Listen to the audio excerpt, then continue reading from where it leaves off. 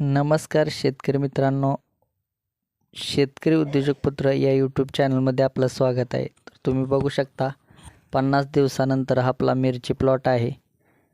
ही variety आहे 2132 नामदार seed कंपनीची. तर आपण गुढीपाडव्याला हा प्लॉट लावला होता.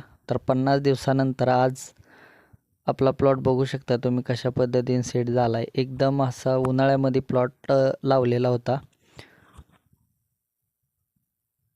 तर तुम्ही बघू शकता या व्हिडिओच्या माध्यमातून 2132 ही व्हरायटी आहे. आपण ही व्हरायटी चेंज करून लावली होती, पण आपल्या सांगोला मार्केट येथे ही व्हरायटी जास्त करून चालत नाही मित्रांनो.